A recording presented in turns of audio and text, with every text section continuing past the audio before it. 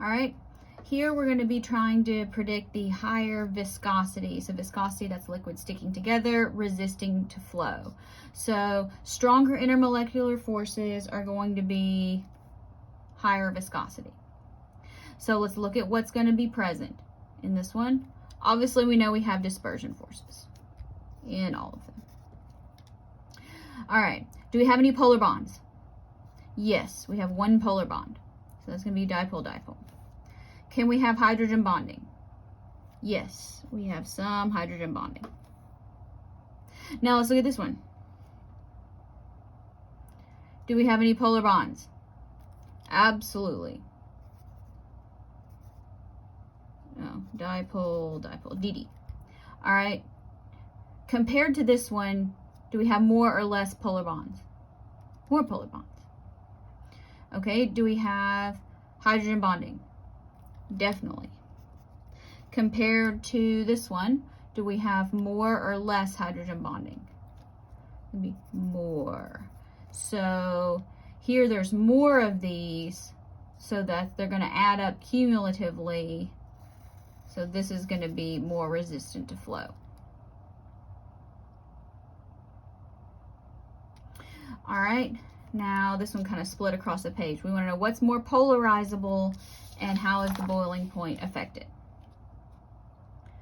All right. So here, if you wrote a good definition of what is polarizable, or polarizability, so that's the ability to form instantaneous dipoles. Oh, you can't see it. There we go. All right, so you would notice that increases with increasing molar mass. So it'd be this one. This one weighs more. And with more polarizability, this is going to have, we're trying to look for a higher boiling point. This is going to have a higher boiling point. In this chapter, BP means boiling point, not blood pressure. All right, over here, which one is going to be more polarizable?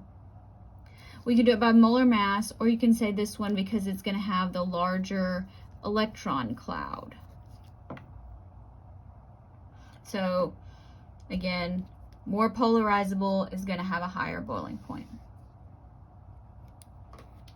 Okay, so let's talk about a meniscus. So generally, when we're in the lab, we want to measure at the bottom of the meniscus. Now, not all liquids have the same kind of meniscus. Maybe they have one, maybe it's like not as big, maybe they have one that looks like this. So why does that happen? All right, so hopefully you remember in the lecture where we talked about adhesive versus cohesive forces. So adhesive forces are going to be, we're going to say molecule to glass, or the edge of the container, if it's plastic, but most graduated cylinders are glass. So the molecule, how attracted is the molecule to the glass? Versus cohesive, how attracted is the molecule to another molecule? How attracted are the molecules to each other? All right, so when your adhesive forces are greater than your cohesive, so when the molecules like the glass more than each other, they're going to climb on up the glass. And so that's where you're going to get this meniscus shape.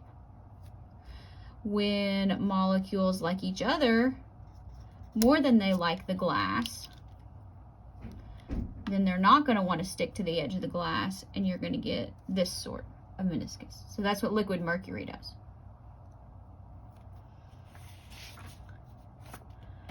All right.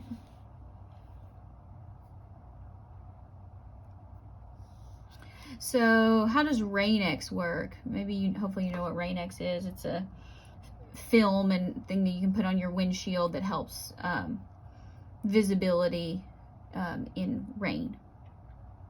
So how does that work? Rain-X works because Rain-X is a polar molecule. And again, you may have to look up kind of what Rain-X is and how it works, and that's okay. But so water is going to be attracted to the polar Rain-X molecules more than it's going to be attracted to the glass. So it wants to interact with the Rain-X more than it wants to stick to the glass.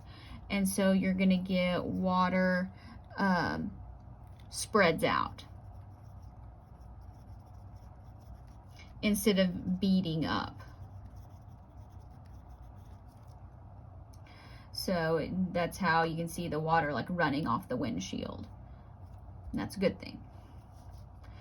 Okay, why does skin feel cool as rubbing alcohol evaporates? Okay, so evaporate, let's remember that's going from liquid to gas. Does this take energy? Yes, it always takes energy to go from a liquid to a gas. So where does that energy come from?